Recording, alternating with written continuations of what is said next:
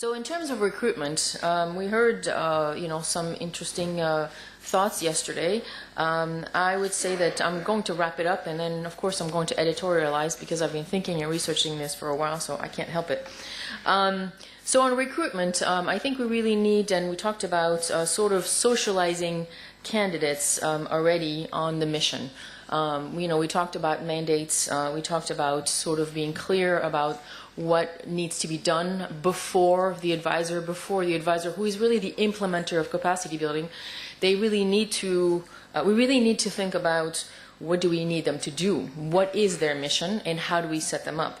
When we recruit them, I think we really need to make sure that we communicate that because at the end of the day, they need to be given a clear idea of what they're going to be doing and what they're going to be expected to do. And in recruitment, there should be at least an initial step of self-selection, right? You read some sort of announcement, and you can say this is for me or this is not for me.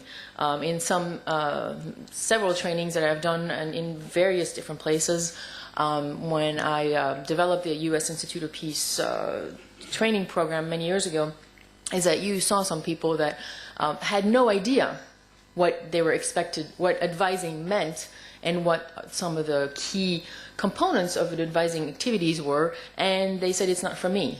But it's not necessarily a good thing to think about, going through half the training, going through the entire selection process, going through all of those activities when it's not for you. There is something to be said about thinking about how do we recruit and how do we communicate what advising is. And in order to do that, we ourselves need to understand what it means, what it is, maybe having some common definitions, which they're out there to some degree. The EU has them and others.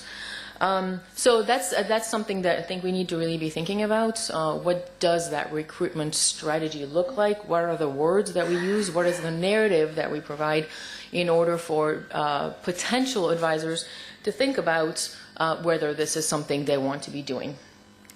So that's something to be thinking about, to give them a picture of what we're looking for, but it also forces us, or anyone at the planning level or even at the policy level, to really be thinking about what do I put on this piece of paper? What am I looking for?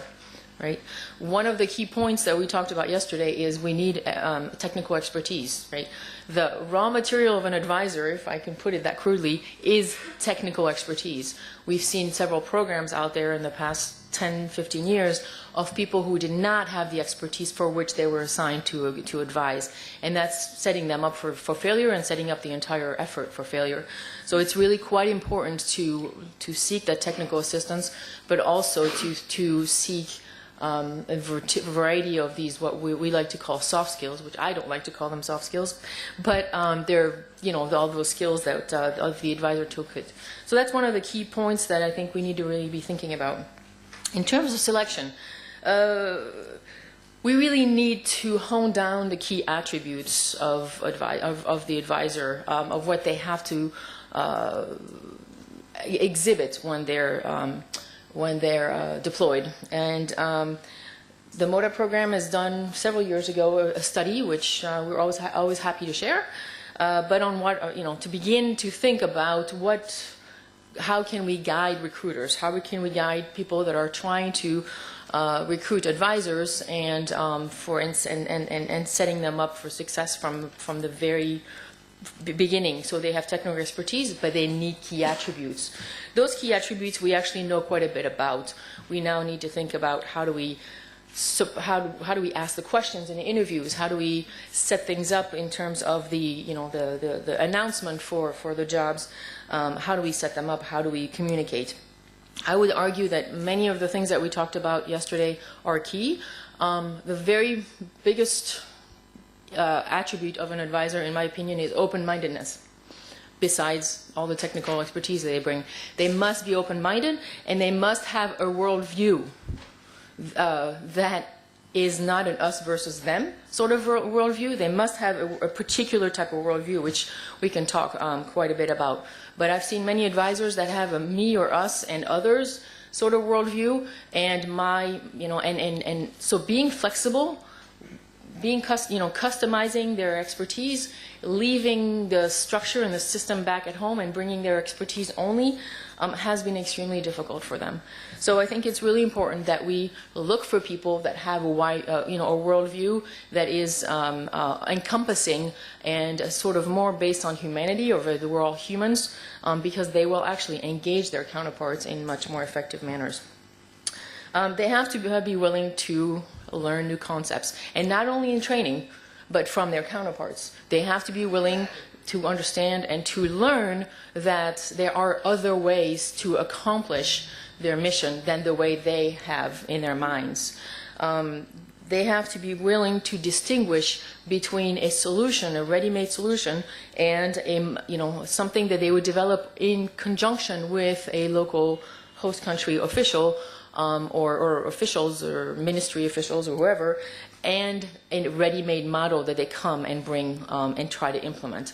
We have to be looking for those individuals who have the capacity to do that before they even come to training. It's very difficult to train people over even 7 weeks, but the 1 week, the 4 days, the 5 days, the 7 days that we typically have, it's very difficult. So we really should be looking for those people, if at all possible. They have to have a willingness, a flexibility to understand, to be able to visualize what works, looking very different than what they would expect. I especially say this to, for example, people from the Department of Defense who have been working in the most complex and the most sophisticated organization out there. They have to understand that a ministry is 2,000 people. It's not how many hundreds of thousands of people. A contracting officer in a ministry may be alone when in other places they have teams and teams and teams of people. So it's very, very different, and they have to be willing to learn those realities and to adapt and to customize their ideas and to understand that what they're going to be doing is not going to look like at home. That's one of the big things that cripples people in terms of opening themselves up to customizing the change that they're going to put together. How they view others, it's really important. How do they view others, even others within their own organization? But we really need to question them. We really need to ask them to tell us stories about how do you view a foreign person? How do you view a person from a different culture, from a different religion? How do we view them? We need to know what those are. We've had in many of the training programs that we've done, we've had people that are actually quite afraid of foreigners, and that you can't necessarily do very much with that. I can't take xenophobia out of someone in 2 weeks. So it's really important that we do look at these points. There's a scale between being naive and suspicious, and I think the advisor needs to be between. Right? There are advisors out there that are quite naive and just believe everything that's being said to them, and they're going to get in trouble. Right? They're the ones who get taken for a ride. They're the ones who are maybe used and pushed in a variety of directions that don't make sense for them or for the mission. But then there's also people that are quite suspicious of others, and that's also can be somewhat problematic. Not untrainable, but problematic, and if at all, we at least need to know that about them. They have to have a concept of self. They have to understand themselves really, really well. It's really important for them to develop, and I'll talk about this in a minute for training, but to develop their advisor identity. As Natasha had said yesterday, advisors need to make a transformation. A police officer, a procurement officer, a contracting officer is no longer a contracting officer, is no longer a police officer as an advisor. So therefore, they need to have an understanding of themselves beyond what their structure and their system gives them. And so we really need to understand, and the more someone understands themselves, the more they've have a good understanding of how they conceptualize themselves, makes a really big difference. And the big one that we floated around is ego. The ego needs to be checked at the door when we're advisors. That's an American expression, but you just need to leave it at home if you have it. And we all have it to some degree, but it's really important both for being trained to make that transformation that Natasha talked about, but also vis-a-vis the counterparts. The superiority that our language and our the use of our words and even how we share advice can really hinder our transfer of knowledge activities. And they need to be flexible, but also they can't be, too flexible in the sense where they get led by the counterpart down the roads that is no longer advising. So it's really important to see, sort of someone that's flexible, but is also understands the boundaries. And I think some of these are, were discussed, and bringing a few others from my experience, but I think it's really important to be thinking about these, thinking about what we're looking for, and then there's a reality. We need, 100 advisors, and we're only finding 50 that are, that fit this mold. Then we have to make decisions about, what we're going to take on and select. But at the end of the day, we should really be looking for individuals. And again, I would argue that stuff can also be sort of put up front to some degree in the recruitment documents.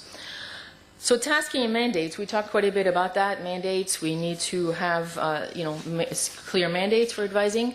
Before we do that, our community needs to understand what advising is as a tool. And I think, we've talked quite a bit yesterday about some of the leadership, some of the political and policy levels, not necessarily really understanding what we have here as a tool, and we need to do better. Well, we need to disseminate our messages more. But tasking and mandates then need to integrate key principles of effective advising or effective capacity building. Mandates are not about requiring end goals only. They're not about just actions. It is also about an approach. We need to make sure that we have an approach that respects local ownership, and we need to really be focusing on working in conjunction with our host country counterparts. And then we need to then train people on how to operationalize those things. But I think it's important for mandates to have those expectations already, because then the contractor problem, for example, and a variety of other problems, becomes a little bit more controlled because we actually have key expectations in the beginning. So it's quite important to also have a theory of change in mandates. As Colonel Facciarosso said yesterday, we have a theory of change. We need to think about what those theories of change are. If it's stability policing or whatever it may be, what are we thinking about? We need to have something that guides the activities that the advisors are going to have to do. They can't necessarily develop a theory of change themselves. Of course, their own small, more targeted ones. But it's important to set them up with a theory of change and something that fits within the larger mission. And then we have to set expectations. We have to set expectations of behavior. We have to set expectations of what needs to be achieved and how it needs to be achieved. And I think that's really what's missing from mandates, is the how. So I think we need to think about this further. And finally, for training, there's many things on this, but we talked about flow, we talked about the order, we talked about the order of training. We need to really be paying attention to that, and MODA we've been doing quite a bit, as George has been stressed yesterday, and it's really important. This is one of the key lessons, both from a pedagogical perspective and from a logical perspective. What can people absorb? How much can people sit in the classroom, and what are the variety of skills and knowledge that we can combine to make their experience the most pedagogically rewarding as possible. And also the logic of learning. We really need to be thinking about, it's not about when can an instructor arrive at training at what day. It really is about building blocks of sessions, and it really is about thinking about where we're teaching basic skills like we're teaching asking questions. We need to teach those first before we ask to do other activities, and really need to give some thought. It's very difficult, as we've done. It's very difficult to sort of make all of those decisions, but it really matters for the person who's trying to grasp all of this material. So we need to almost be telling a story, and the level of complexity needs to increase. But we really need to think of what that looks like. And we're happy to share many other insights with people. Our trainings must be about knowledge and skills and not just information.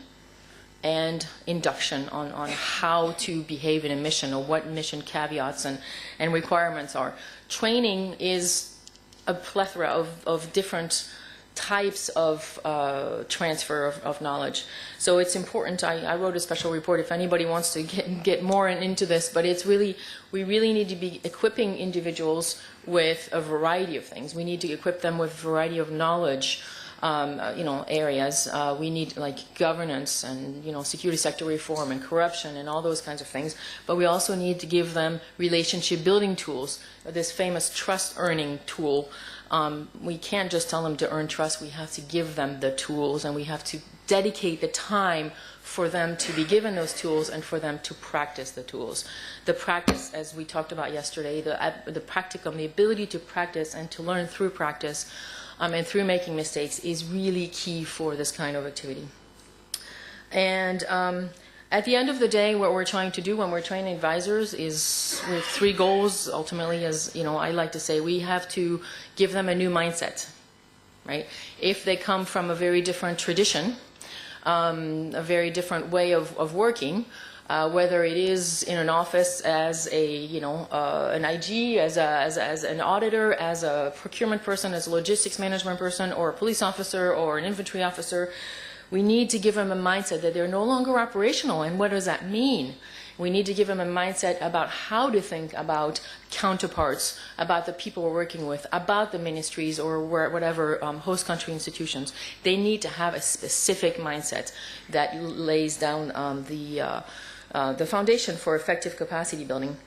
We need to then, as a result of the mindset, they develop an attitude towards their activities, which a very specific attitude, which then helps them to translate their body language, the words they choose, the way they speak, the way they approach their job. It really actually is different. We've seen a significant difference over time when we work on those things. And then we need to give them guidelines, right? There are not enough guidelines right now. There's the EU CivOps MMA document, which has some, but we need to give people guidelines on what they're what a mission looks like. They need to establish a partnership, not just any kind of partnership. We need to help them manage their mission. Yesterday we heard quite a bit about the policy and the way missions are structured, not as effectively as we can. I think we really need to be thinking, okay, it's an imperfect situation out there, but if we're still deploying advisors, we need to equip them to deal with that imperfect situation and to still do the best they can in transferring their knowledge. So we really need to help them get the tools within that context. And finally, subject matter experts. We talked about the war stories or the stories of one person coming in and talking about their advising mission and those kinds of things. I would say, Victoria brought this up yesterday. The one end sample, the one story is something to be really concerned about. We really need to extract pedagogical messages from these case studies, and we can't just give people stories of training. And I know that that's still, that's quite common because we bring, people that have advised, but then advisors in training get 5 different stories from 5 different subject matter experts, and they have no idea how to do any of it. So I think we really need to always pay attention to the pedagogical assets that those case studies are and draw that out. And the idea of a common lexicon, the idea of a common operating picture, the idea of a common lexicon are all ideas that we should think about so that we understand these activities in the same similar manners. That doesn't mean there needs to be one document for the entire international community, but there needs to be some coordination across what those definitions are. And there may be an opportunity here for the, for the SFA community to sort of work on that with the center. We need to sort of help, help the community think about what effective advising looks like, and then we need to think about really giving them the tools, and not just launching them and thinking that they'll do whatever they think is best. A little training is better than no training. I know some people don't agree with that. It is my experience that 4 days or 3 days of training, however imperfect that may be, it starts to get wheels turning. I've seen people transform their approach from day one to day 3 and behave very, very differently in day 3. It's not enough, but it's better than none. So I think we really need to be thinking about what can we do to incorporate things even when we don't have those luxuries of doing, 7 weeks of training or those types of things. So those are some key comments to sort of set us up, to get us thinking further for our discussion later on. The 2 presentations that we have here coming up are going to continue to illuminate us on those topics and to help to build on these points, and so that we can have a very rich conversation afterwards. So I'm going to introduce our first speaker, Ms. Susan Pond. She is the head of the Building Integrity Program at NATO. She'll tell you a little bit more about the program. Ms. Pond is responsible for the design and implementation of NATO's Building Policy and Action Plan. She has extensive experience in assessing risks, developing policy, and designing and implementation of assistance to build capacity. She served on NATO in positions in Norfolk, in Kiev, and Brussels. Prior to her current assignment in Brussels, Ms. Pond served as the head of NATO's PFP program. Through her NATO career, she's been at the center of Allied efforts to build institutional capacity and promote good governance in the defense and security sectors. Prior to taking up this NATO assignment of ACT in 1989, she served as policy advisor in the Canadian Coast Guard in Ottawa, and so now we know her nationality. So at the end of the day, I would just like to welcome you and thank you for all the contributions you made yesterday and the patience for your talk. Great. Well, good morning. Thank you very much for the invitation, and Franco, thank you very much to you and your team. They've done a great job, and I think you're well placed to build your Center of Excellence. I'm very envious we don't have a BI Center of Excellence yet.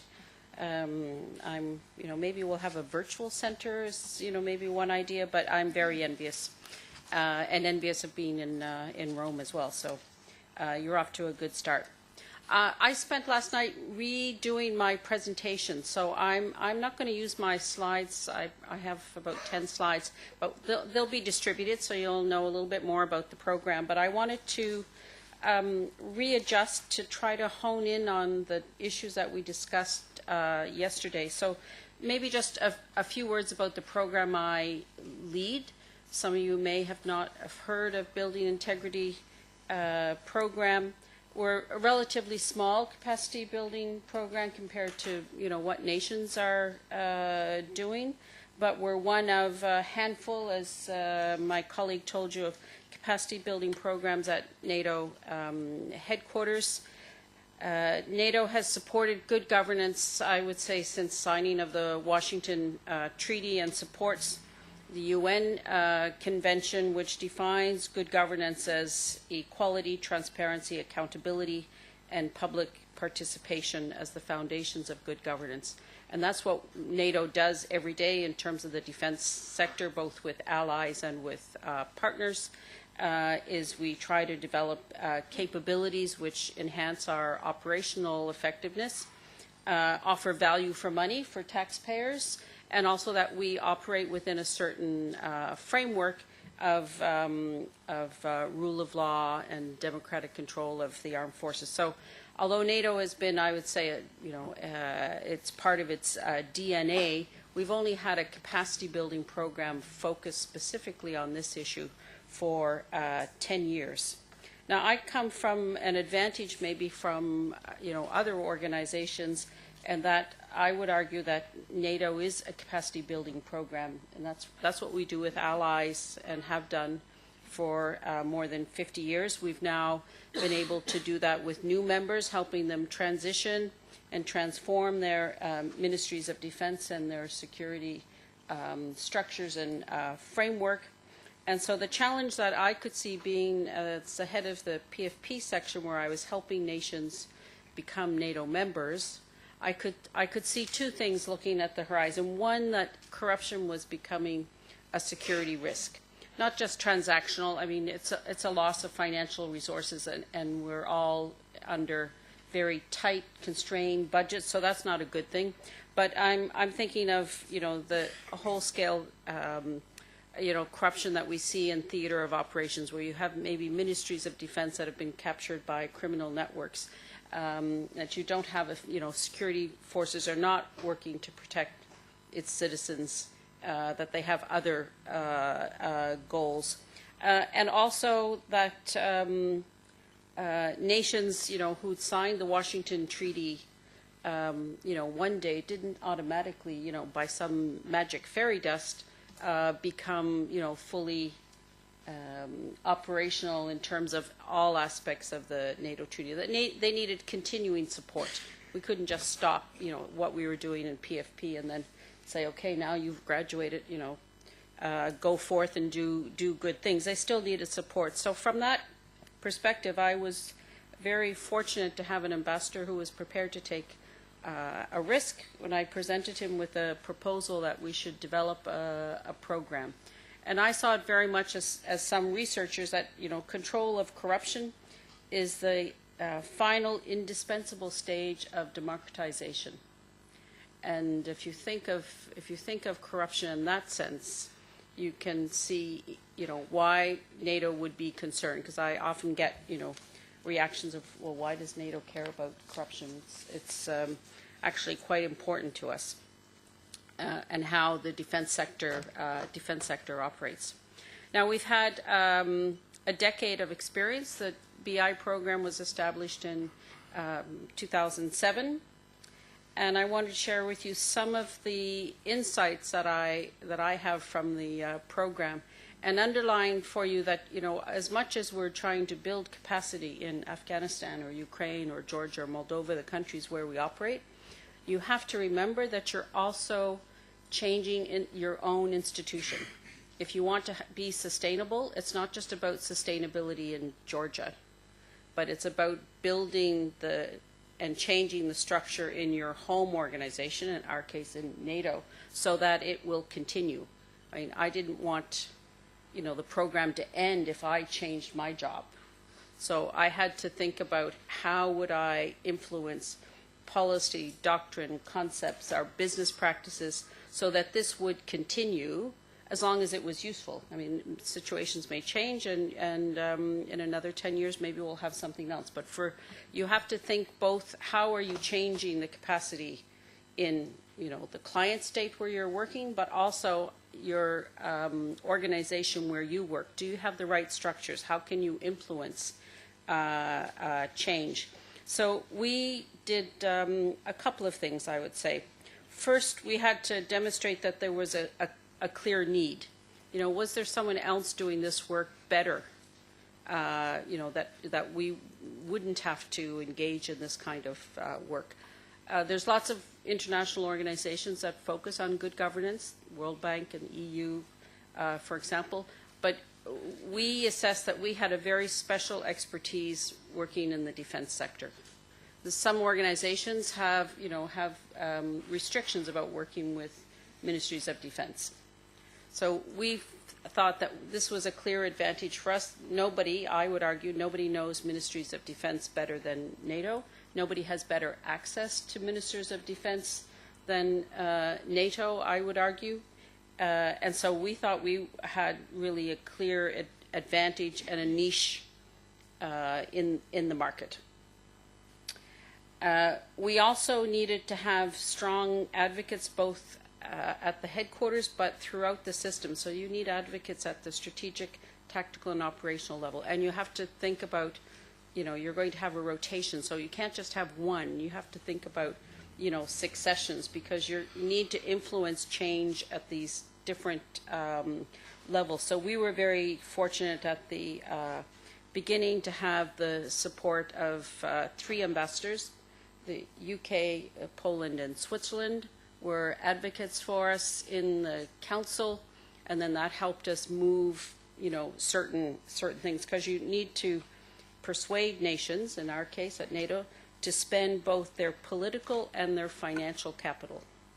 So, you know, you need help. The staff can't move this themselves. It's kind of a big rock that you're pushing up that hill. And so you need to find friends and allies.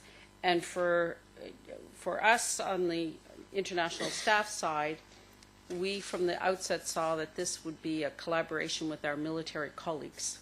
So we went forth to both SHAPE, ACT, and the IMS, and found, you know, allies there that would help us, sometimes in an informal capacity, giving advice to civilians about how we maneuver things through the military committee, how do we present things to mil reps and such, and other times giving us formal advice, you know, and guiding us in this process. And our experience working with our military colleagues, even though, you know, I come from an organization that is civil military, it's still kind of, you know, military people speak a certain language, just as civilians do.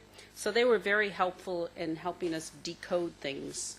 And once you knew the code, it's then, you know, it's like having the, you know, the schedule for the trains. You know where to hop on, and you know where you can influence military decision making.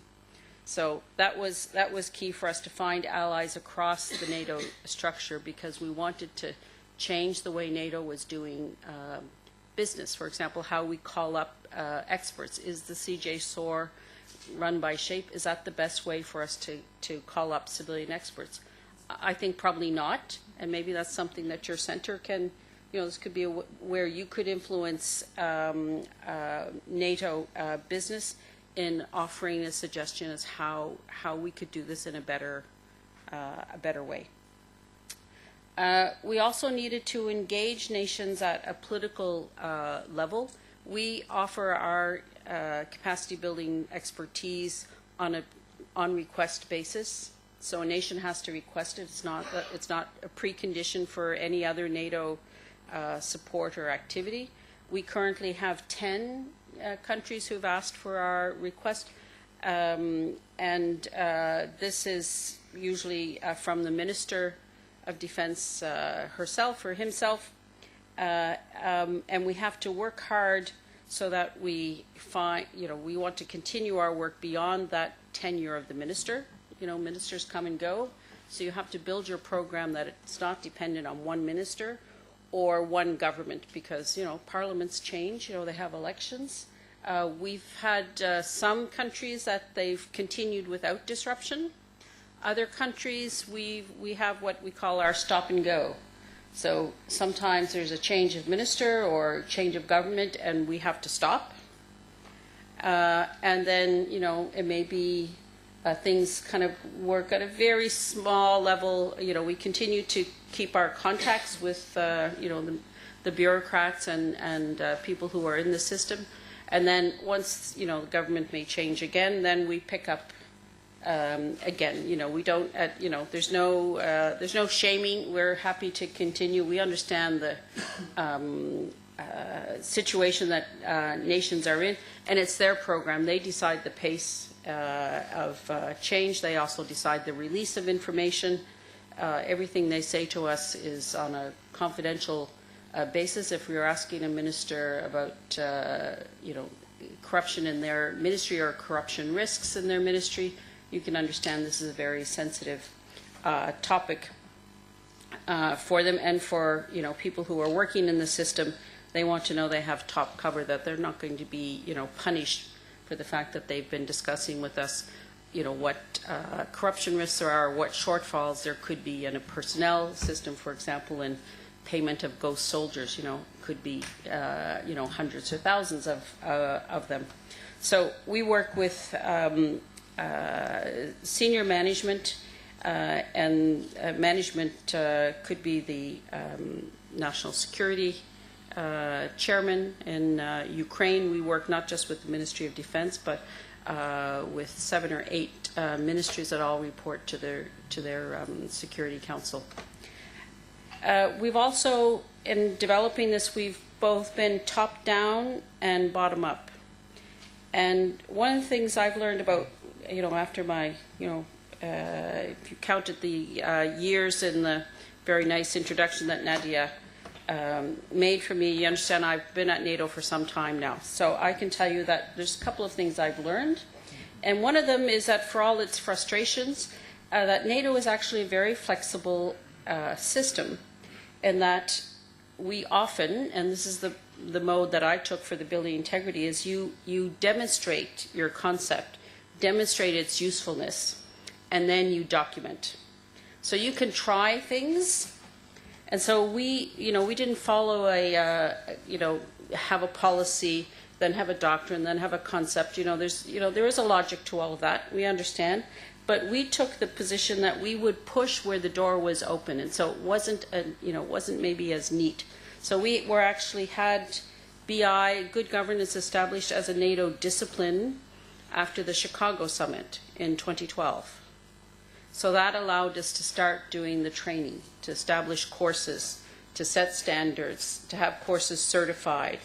I'm fortunate that we're the requirement authority, which doesn't sound, for non-NATO people, doesn't sound really very important, but if you're a NATO officer working in this area, you understand that being the requirement authority for all of NATO, civil and military, means we can direct the program in a certain way. So we could require, training, standardized training for advisors, for example, and then centers of excellence can come forward and say, yes, I can offer a solution, or I'm prepared to work with you for a solution. So that's something that we could do with the center. If that's helpful to you, then our next round, when we have our annual requirements workshop in April, May next year, we could introduce this as a requirement. And there may be others. Women, Peace and Security could be, a partner in this. There may be several others that we could, reach out to highlight this need. We only developed our policy after the Warsaw Summit. That took us longer to do in 2016, and we have an action plan. And now we've engaged with our military colleagues to ask them to explore the need to have a military concept, and then the other things that would flow from that doctrine and other bits and pieces, because we see, particularly working when we're talking about theaters of operation, it's just as, it's as intensive working with our coalition forces as it is with the host country. You have to spend just as much energy, particularly up front, and making sure you have all of that integration, civil-military integration, because if you don't, it comes down to very mundane things. For NATO staff to travel in theater, has to be signed off at the headquarters here in Brussels, but also the commander in the field. And they have to decide if they're going to allocate, for example, protection, force protection. And if a commander doesn't want you in theater, if they see you just as another group of civilians who are, occupying very limited, maybe housing accommodation for visitors, then you can be effectively, locked out of a theater. So it's different for NATO staff traveling. So, or if you have, there are a limited number of beds at the UK embassy at the moment for visitors in Iraq. So you have to, it's like going to some place where there's a rock concert, you have to get your reservation in early, or you may not have a bed. So, there's very practical things for a NATO operation that you have to think about. So what have we achieved in our first 10 years? Well, the policy, if you haven't read it, I'd encourage you to go and look at it. It's on the NATO website. It's an open document. And there's two things that I would say are interesting about this if you're thinking about developing policy. One is, as we wrote the policy, the Allies were absolutely adamant that the policy would apply both external, so looking at our partners and how we engage with them, but it would also apply NATO-wide. So we're not asking partners to do anything that we're not asking ourselves to do. So the policy applies to NATO nations and also to NATO staff. And that includes the agencies and the commands and, all the way down. So that's, I think, significant.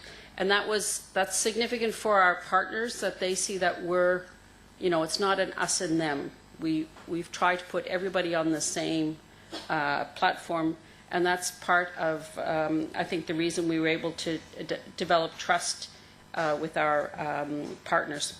The other thing that's interesting about the policy is that it clearly states that good governance, building integrity, contributes to NATO's 3 core tasks.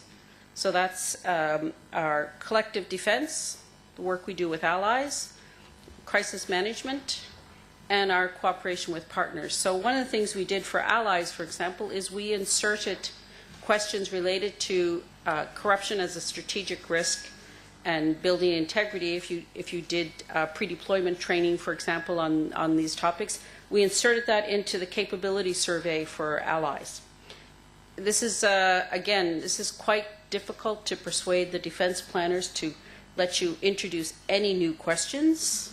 It's, like negotiating with, the most hostile nation sometimes.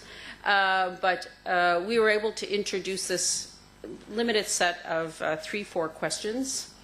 We've gotten some data back from this that's interesting for us. A number of nations, for example, have included corruption as a security risk in their own national documents, so that we can see that this is having, an impact in nations. But more importantly, it's given us confidence and experience of how to influence other parts of the NATO machinery and business practices. So again, this is an area, for example, where you could ask questions about how nations prepare their advisors for missions. So this could be an area where the Centre might want to explore. We've also recognized that although NATO has experience in the defense sector, I think quite deep, we can also learn from other international organizations. And so we've just started a discussion with our UN colleagues in Vienna, UNODC. They're the keepers of the treaty, the anti-corruption treaty.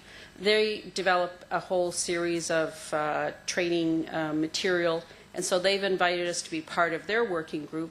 And we're looking to see whether some of their training material at a 100 level could be useful for us, and that saves us time and money. And they've also offered to provide their expertise as we develop our training, for more rigorous positions. We also have a very exciting day on Monday. We'll be signing an agreement with the European Union under the Warsaw Declaration of NATO-EU cooperation. Building integrity is one of the areas identified, and we're going to sign an agreement on Monday which will allow the Commission to make a financial contribution to the trust fund, which resources our program. So they're going to make a €2 million contribution. Now, this is a tiny project for the Commission, but this is a big program for NATO. We're 4.7 million for the 4 years, and we've just presented our program that will cover 2019 to 2022. So, collaborating with other international organizations, we're interested not just in the financial support of the Commission, but also having access to their expertise and learning from them. So this is an area where I think we also need to, as we move forward, has this been done by others? Can we build on what they've done and adapt it to the defense sector and save time and money? We've also developed an approach and a set of tools to help nations. These are used by allies and partners, so it's the same process. If a NATO nation comes to us and says they want to build their capacity in good governance in their ministry, it's the same process as we do with Ukraine, as we do with Montenegro, or we do with Georgia. We've just completed a peer review for the UK this month. So this has really allowed us to develop a very strong trust relationship with nations that, particularly our partners, they see that we treat them with respect, and they're treated the same way as we have with allies. We also have a pool of subject matter experts. we kind of headhunt these. So we go to events like this and we meet people and we think, that's somebody that we could use. And then we persuade their sending authority, their nation or their institution, can we borrow them for some time and we'll pay their travel and the cost of the mission. And we also have, as we're a small team, we've tried to leverage the expertise of communities like this. So we have a community of practice of 50 institutions, which are both public and private. We have NGOs, we have international organizations, and we have private sector institutions that we work with as well. And if I can, just in the last few minutes, maybe say a word about your center and where I would suggest that you look at. I think you need to have a system approach, and I would suggest that you look at how you can change, policy, doctrine, concepts, and the business practices of NATO. And it may be some areas a door will be open, and I would suggest taking that door, and it will lead you someplace else. It may not be the sequence that you normally would tackle this, but if you want to move quickly, and I would say we have an urgency. We need to have better support now. That's an area where I would focus on. Anything that we do in NATO, if you want it to last, it has to be codified or documented. So having ad hoc arrangements, may solve a problem for you for one mission. But, we were very conscious when we were developing our work with Afghanistan that we didn't want to have the same issues cropping up in the next mission. We've been able to overcome some of that with Iraq. I have to say the planning has gone better.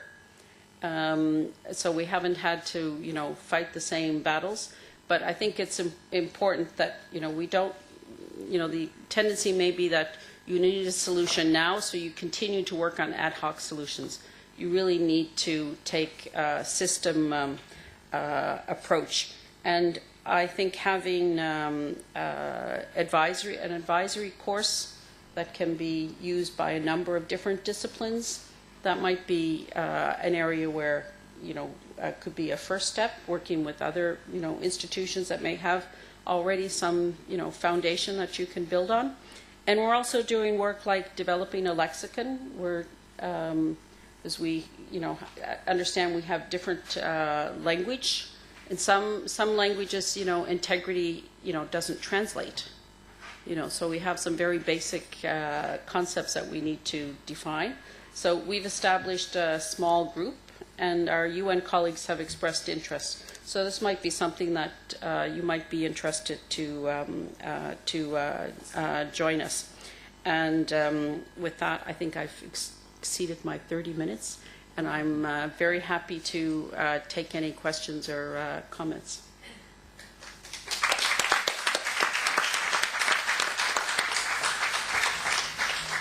You actually did very well. It was me that exceeded my time.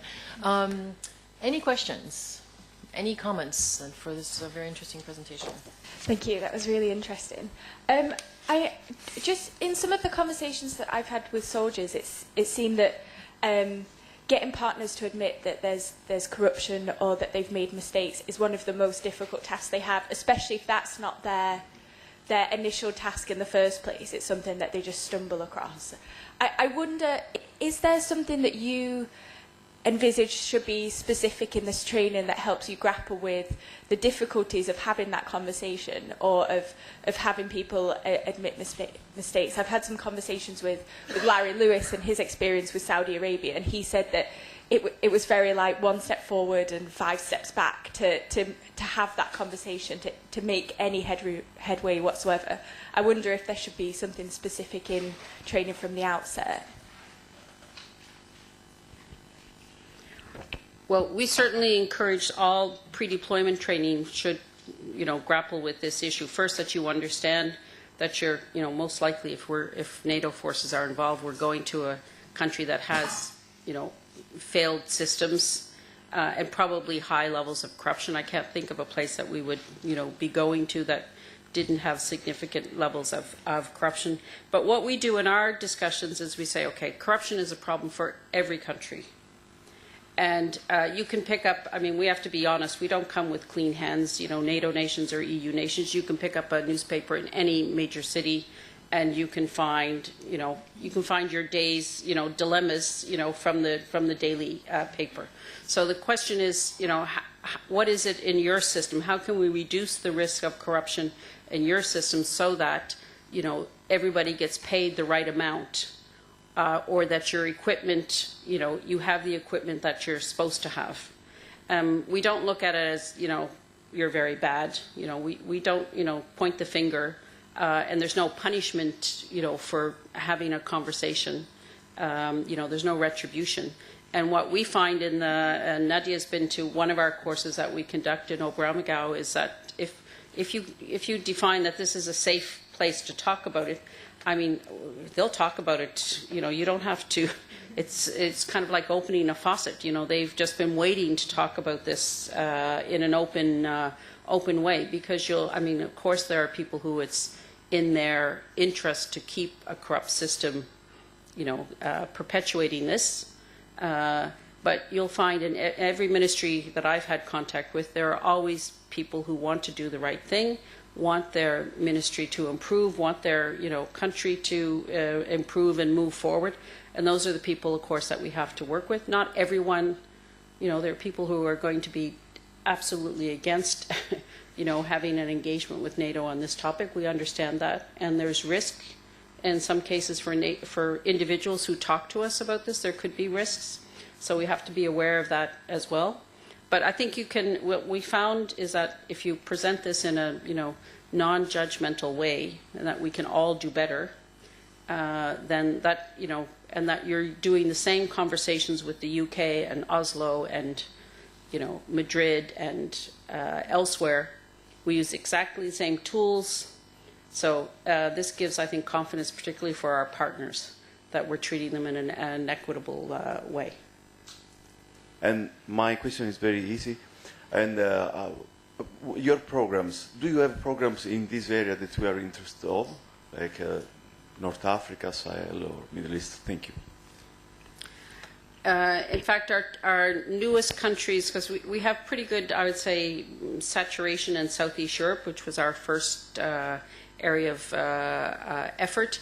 But now we're turning to the south, and in fact that's part of the motivation for the EU contribution to the program, is to help us to scale up the program. And we're looking particularly to the south and east. Tunisia has just completed a self-assessment, so we're now going to be having a review with them in the spring. And we also have started collaboration with Jordan. And of course, we have now BI advisors as part of the mission in Iraq. So we're, you know, moving outside what was traditionally in our first decade, the circle of countries. And when we presented our program, this was at a meeting of 29 allies plus all partners. And so, to my surprise, we had countries like Kuwait and Egypt who came to the, you know, presentation and followed up with members of my team afterwards. So we're hoping that we can also encourage other countries. If we get, you know, we could use Tunisia as a base to have events and invite other countries in the region. And we have capacity to develop mobile teams both in English and French. And we've already done a number of materials that we've also translated into Arabic as well. So we've tried to, you know, position ourselves that, you know, once we get a yes from a country, then we're able to move quickly and respond to their request. Thank you. Thank you, Susan. Now, obviously, in a lot of countries, the you know, the sort of the culture behind corruption is not just restricted to one particular discipline or one particular field. And we spoke yesterday as well about the need for advisors to have that sort of bigger understanding of the whole picture. So I was just wondering if you could say a little bit about, you know, your interactions obviously are predominantly on, you know, ministers of defence, but what kind of considerations, or how do you then get plugged in as well to Are the corruption efforts that are happening with regard to justice sectors or police sectors, etc.? I mean, how do you manage that complexity and the size of that engagement? Yeah. Well, we do. Well, we look at this at two parts, because you're thinking, you know, particularly the most difficult ones are where we have operations. Those are the most complex. So first of all is to influence the behavior of our own coalition forces, because we have to be honest. We control most of the resources, and without a doubt, we have contributed to corruption in countries where we're operating. So wherever you have a large, you know, influx of money, you know, coming in by container loads into countries, you increase the risk of corruption. So the first thing is to, you know, ensure that we're not contributing to the problem. That's number one.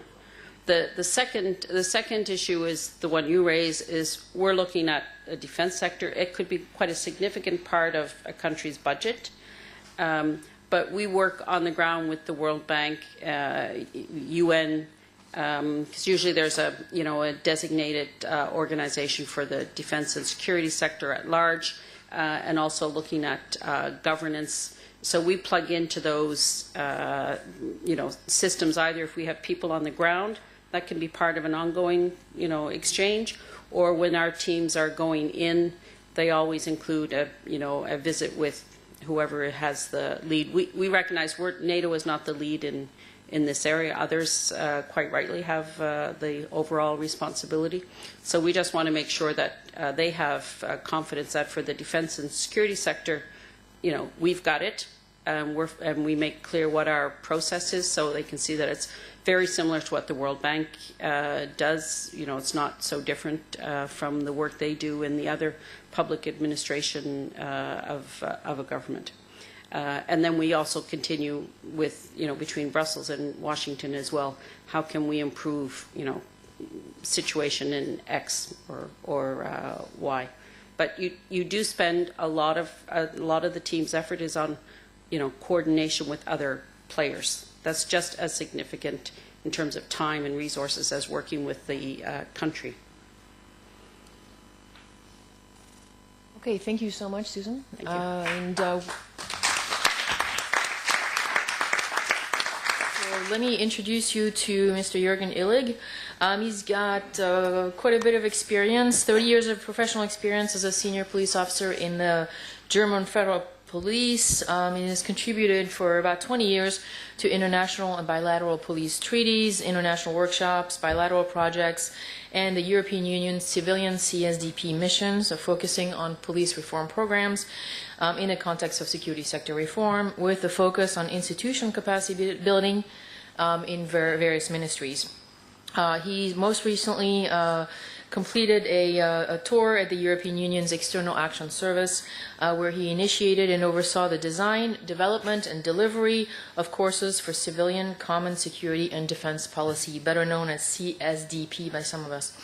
He was responsible for coordinating with relevant civilian and military partners as the Crisis Management and Planning Directorate, the European Security Defense College, and the European New Training Initiative, known as ENTRI, CEPOL, Frontex, and European Training Institutes. So his portfolio also encompasses operational planning for civilian CSDP missions in the area of SSR, including police, border management, rule of law, criminal justice, law enforcement, countering violent extremism, and countering terrorism.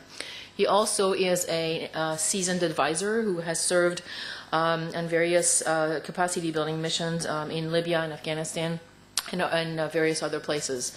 So I know he's got a lot to say, so I will stop talking and give him the floor for about 30 minutes. Thank you for giving me the opportunity to share with you my insights on advising from an M&A perspective.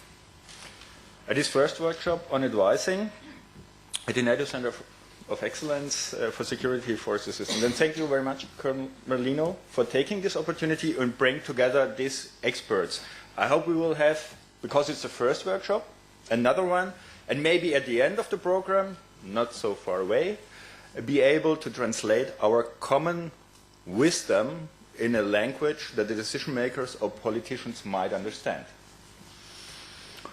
Nadia believes, and I'm convinced, related to evaluation, that effective transfer of knowledge is a capability that is a key tool for providing assistance to fragile states and states that are in a transition process. Hence, it is one key tool for security force assistance to strengthen the security sector of a fragile country, and the key tool when it comes to building institutional capacity. For the evaluation of EU CSDP missions and the US Defense Security Cooperation Advising Programs, a user-centered approach and contribution analysis was applied. But of course, I will not share with you all my insights just related to the topic today, because I'm sure you have other things to do than to listen to me the whole day. Desk review consists of advising curricula, the foundational documents as doctrines, policies, and evaluation reports of previous missions in Afghanistan. But I found also a very interesting report from 1965, March 1965, on Vietnam.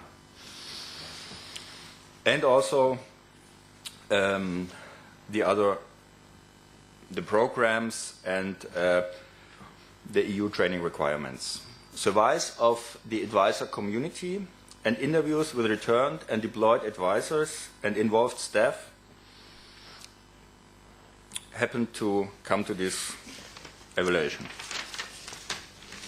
So, where is it here? The question is, are we preparing the advisors in the best possible way to effectively transfer their expertise to foreign counterparts? And this is not only for the advisors in this security domain or security sector reform, I would say, but this is my personal view, it's for all advisors. It's for every assistance we are doing abroad. If it's in the bilateral programs or even for international organizations. If it's the UN, including not only DPKO, but also UNDP, also the World Bank, the EU, with all its different programs, we need these skills and the right attitude, mindset, and behavior as we heard it yesterday. Because without this, you will not have access. And this is one of the tricky things, and I will come also to some failures later in my evaluation. The key findings: advisors have been able to build institutional capacity when trained for that specific intent. That means the evaluation clearly shows that just the training that is not focusing on capability to build an effective and professional relationship with a counterpart is not sufficient to reach the goal. To achieve sustainable enhancement in the security sector, the resolution has to be drafted by the local authorities. Interviewed advisors were able to get access to the decision makers with a specific attitude. An advisor listening, raising questions, and to define from the very beginning their role as strategic advisor, we heard it yesterday also, is key. They demonstrated to be on the same level. They were not acting like superiors. They respected and understood the scope of the host country, of the host organizations, and we heard it also yesterday.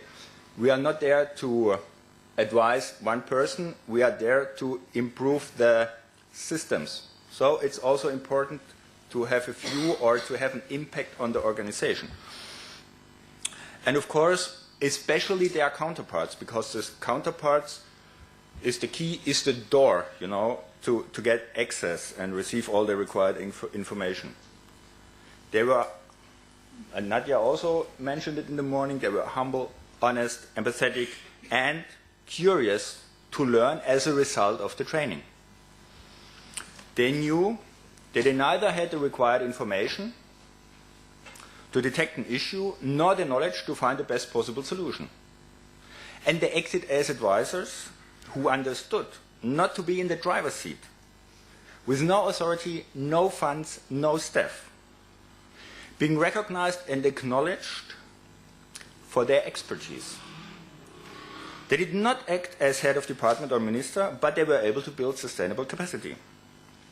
For example, one advisor reported that they were able to reduce the loss of supply by speaking with the people in the field and help the Afghans, where's James here, and help the Afghans to find this Afghan solution to mitigate the problem. And we heard it with corruption, you know. We never say we will erase corruption. No, corruption is everywhere, but we can mitigate it. We can bring it down to a certain level. And for corruption, I always said, especially in Afghanistan, we should not feed the beast. This is how I called it. The advisor assisted the Afghans to develop a system by using a spreadsheet. So maybe not something sophisticated with computers when no one has one computer, especially not in the field. This spreadsheet was developed by a team at the Ministry of Interior in Kabul, but then shared with the responsible officers in the field for their comments. So with the Afghans, but also with our own advisors in the field. So double. They checked it and forwarded their amendments, and with this required information, they developed a sustainable and running Afghan supply chain. So it could work. A shift in attitudes towards the mission and the counterparts was consistently observed during training. That means also training is required. Not all are on that level and can start immediately as an advisor. Myself, I had also an advisory position and I had some skills, but of course not all skills I would have wished I would have had. The interviewed program people and instructors stated that some advisors have been at the beginning of the training during the first exercise, and we heard it yesterday from George, the one that is designed to fail, to show what you not know. They were in the driver's seat, proposing solutions based on their assessment, not taking into consideration the view of the counterparts or even asking where their peers identified the biggest and urgent problems. Some were neither humbled or active listener or did not show empathy. Some even were not aware that they could not use the blueprint from home, especially these technical guys. Now I have an IT problem, oh, I know the solution. How could you know the solution if you don't know what's going on in this country?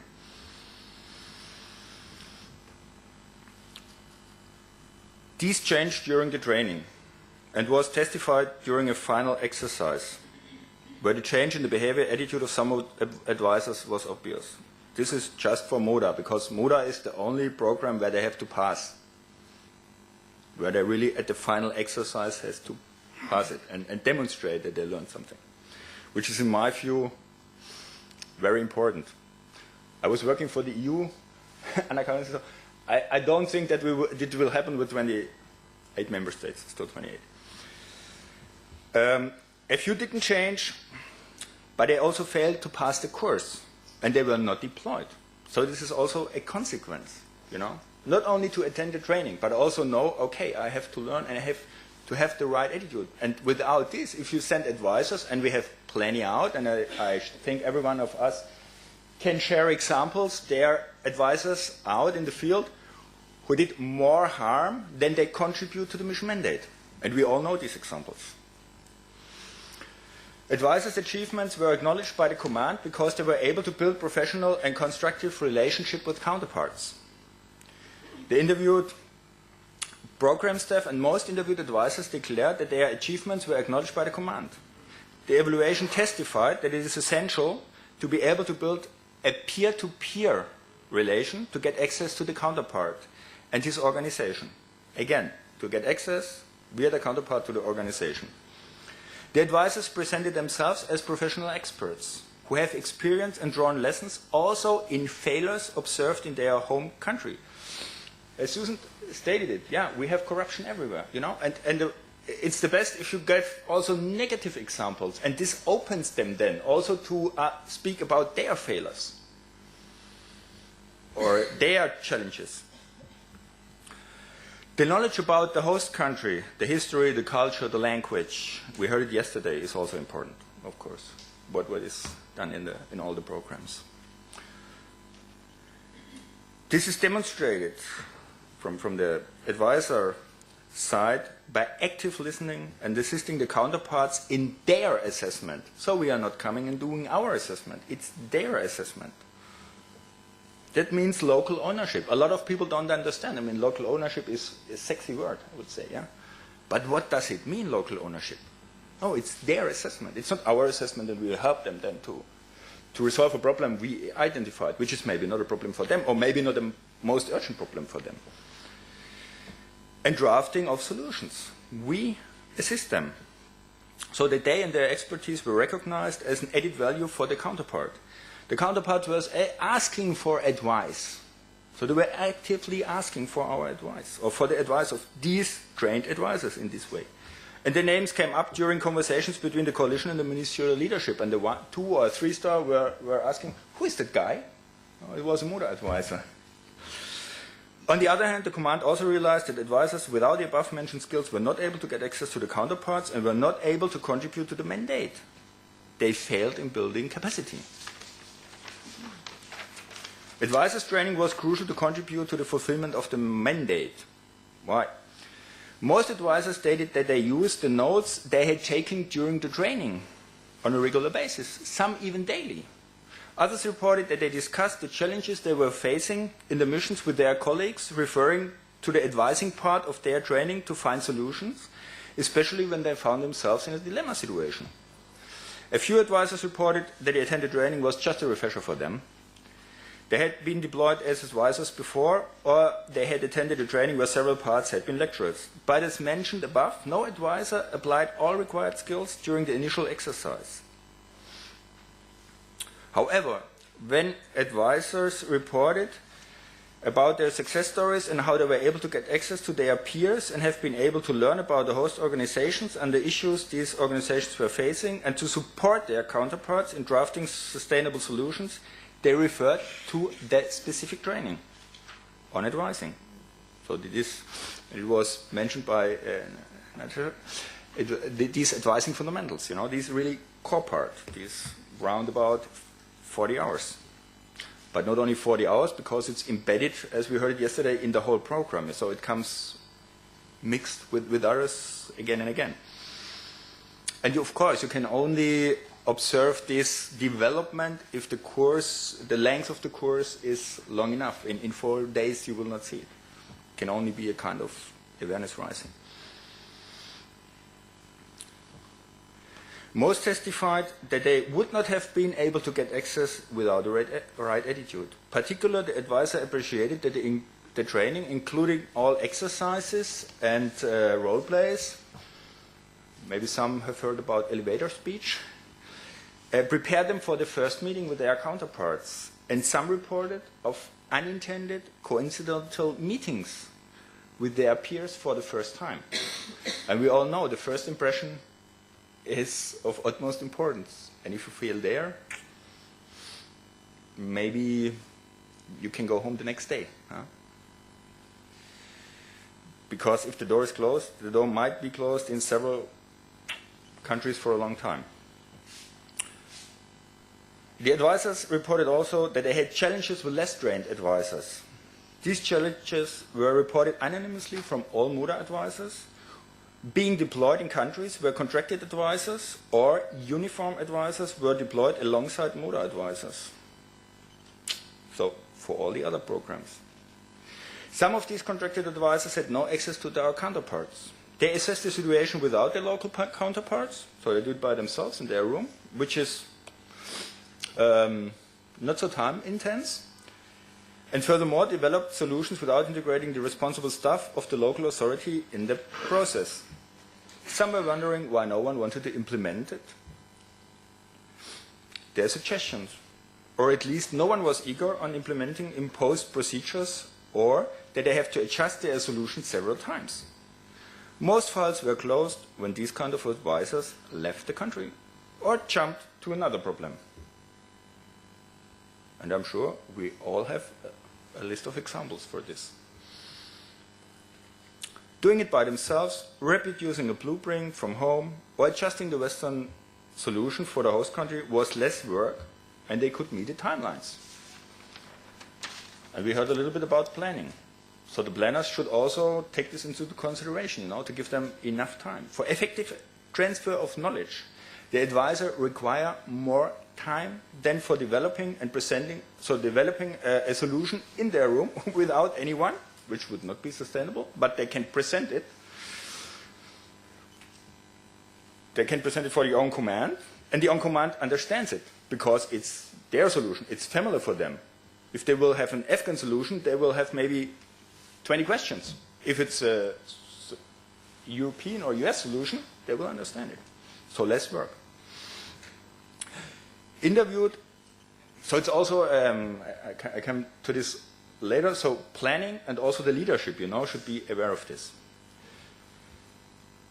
Interviewed advisors reported observing counterparts becoming confused if two advisors are present with a totally different approach. And James had the great example.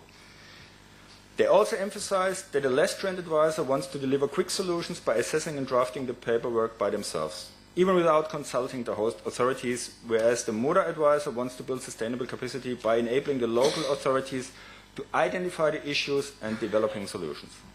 The latter takes more time and is connected to more work for the host counterparts and the advisor, for both sides.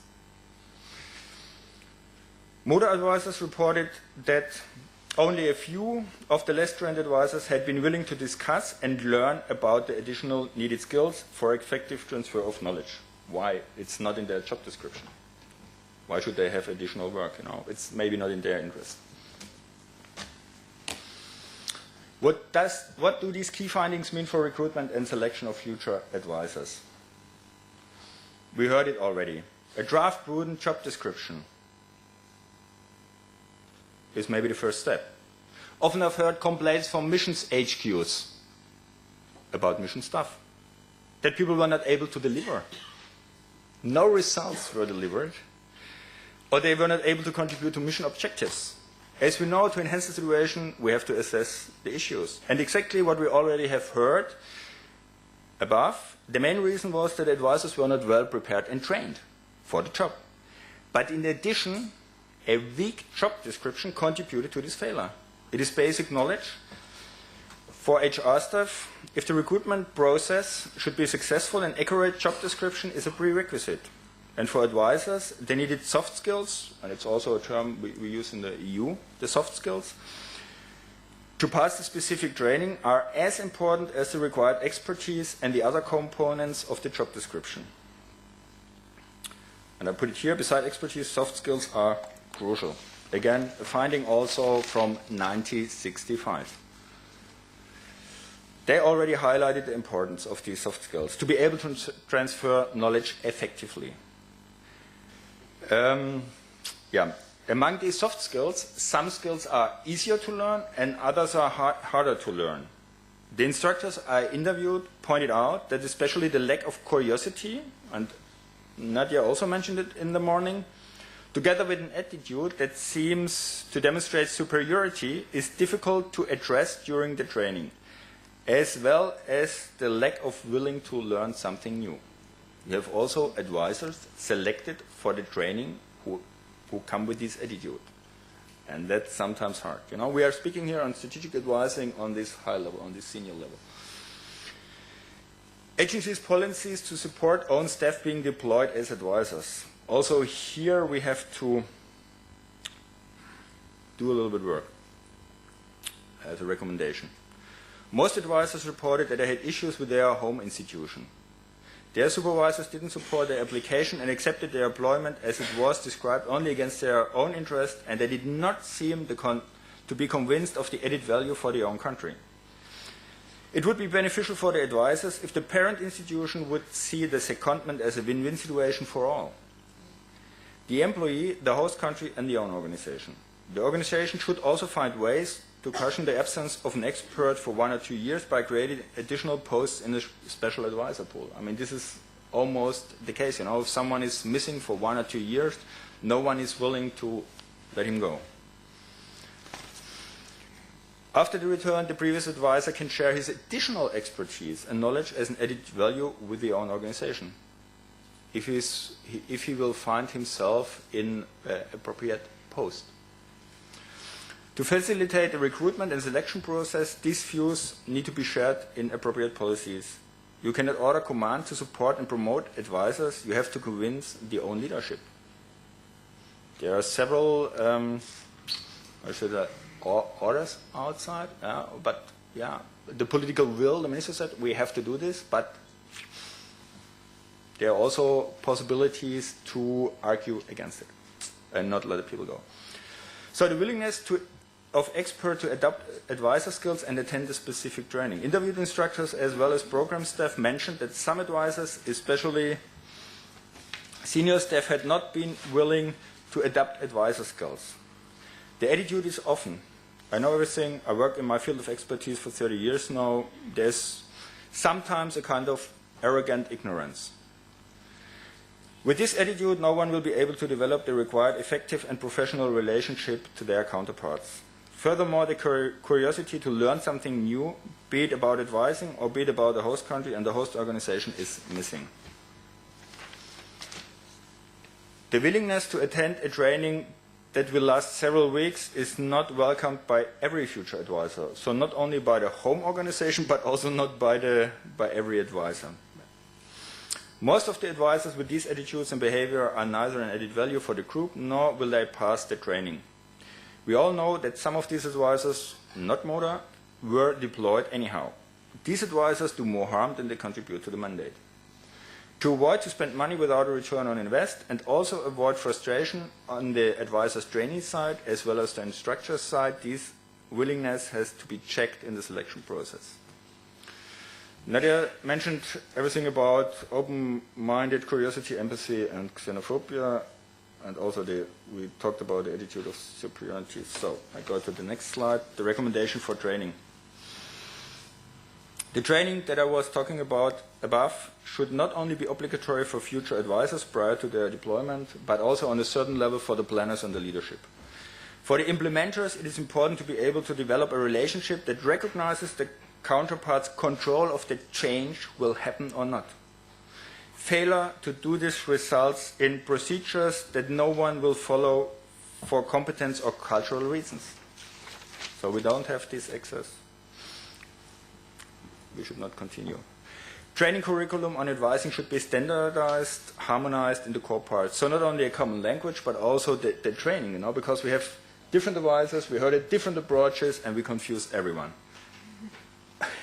The advisors interviewed reported a wide interpretation of advising. The major problem reported is that other advisors taking the driver's seat due to lack of access to the systems that need to be strengthened. The interviewed advisors stated that this different approach impaired their ability to take the time to transfer knowledge. Therefore, most of them commented that the toolkit and approach of advisors needs to be standardized in order for all of them to work in the same direction and support each other rather than to compete with each other. The advisors overwhelmingly reported that it was hard for them, made it much more complicated, and made their approach less legitimate in the eyes of their counterparts as well as their own command. Standardization would address problems of reputation and reduce confusion of the counterparts, what sustainable assistance should look like. Standardization also contributes to cooperation and continuity between advisors. So also the handover will be much easier because they're talking the same language, and again, for the counterparts, they know what they can, what will come next. So it's nothing new for them. Right. The required skills to be able to build sustainable capacity should be agreed and determined. As above mentioned, if we want to harmonize the existing curricula, including advising, we need to agree on the required skills. Furthermore, and even if we agree on a minimum standard, it's better than nothing. So we know everything. Foreign assistance, every state has its own interests. It's the member states, even the member states of NATO, EU, the organization, so they are different interests. But a minimum standard would really be great. Furthermore, if we want to recruit the right staff, we need to reflect on the needed soft skills to transfer knowledge effectively. A problem identified by the evaluation was that some evaluated advisors did not have the required skills to contribute to the mission mandate. Interestingly, some advisors who mentioned that the training I described above was of no added value for them reported having difficulty getting their counterparts to tell them about what is not working in their area of responsibility. I'm not wondering. In some cases, it took months for them to develop enough trust to have an honest conversation. That is a big problem when you are only there for 1 year. Other advisors reported that advisors who did not receive the advising toolkit were neither humbled nor respectful enough to achieve credibility, so that their counterparts were not willing to take their advice seriously. Job descriptions and contracts should be adjusted. To be able to fulfill the mission's mandate, we have to select and recruit the right advisors. And we heard about this. And it's member states. For NATO, it's for the UN, it's the same for the EU. And it's also the bilateral programs, the parental organizations and institutions. It doesn't matter if the advisors are seconded, commanded, or contracted. So only the contracts should have, and not as far as I know, one contract is talking about advisory skills. Not as far as I know. So it doesn't matter, at least not for our counterparts, if there is a seconded, commanded, or contracted advisor, and how much skilled he is or not, or if he is prepared to do the job. A problem attested by the evaluation is that a huge bunch of job descriptions just focus on the required expertise to be able to contribute, but they did not take into consideration the importance of the soft skills to be able to get the ear, the eyes, and the attention of the counterparts, to advise them effectively and to be able to build sustainable institutional capacity. So the job descriptions have to be carefully reviewed in this regard. I found that advisors had specific problems working with contracted advisors because they tried to influence counterparts to make changes that mirrored their home systems. And now I think I should come to an end. Huh? So, thank you for your attention, and if there are questions, I'm up for them. Oh yeah.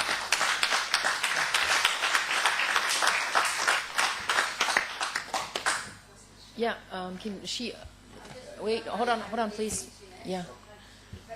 If you could, if you can let us up here choose the individuals. So, very quick question. Thank you very, very much. Is the report public, and can it be shared?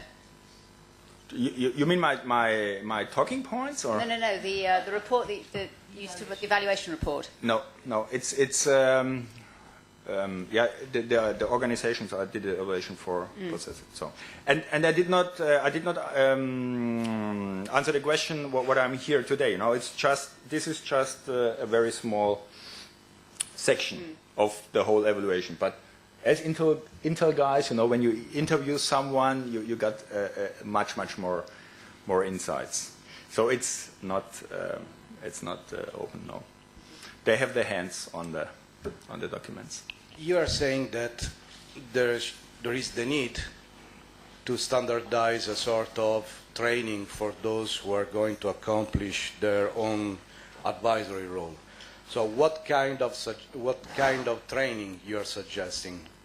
Specific training or courses the advisory team should attend before performing? As I mentioned before, in the key findings, you need, as one key tool, be able to build a relationship for this effective transfer of knowledge. So it's we are now just on the training side. So first step, to select the right people that are willing to do it and curious enough, you know, and not have this superior attitude. But then when they are in the training, they are different training. It depends on which level they are. In the US, you will also find the executive course. It's just, I think, a 4-day course. And in the EU, we have a 4-day course, or also 5-day course. And another one of 2 weeks long. Even working on Saturday. So it depends only what they knew before, but there are some core material, and this is what.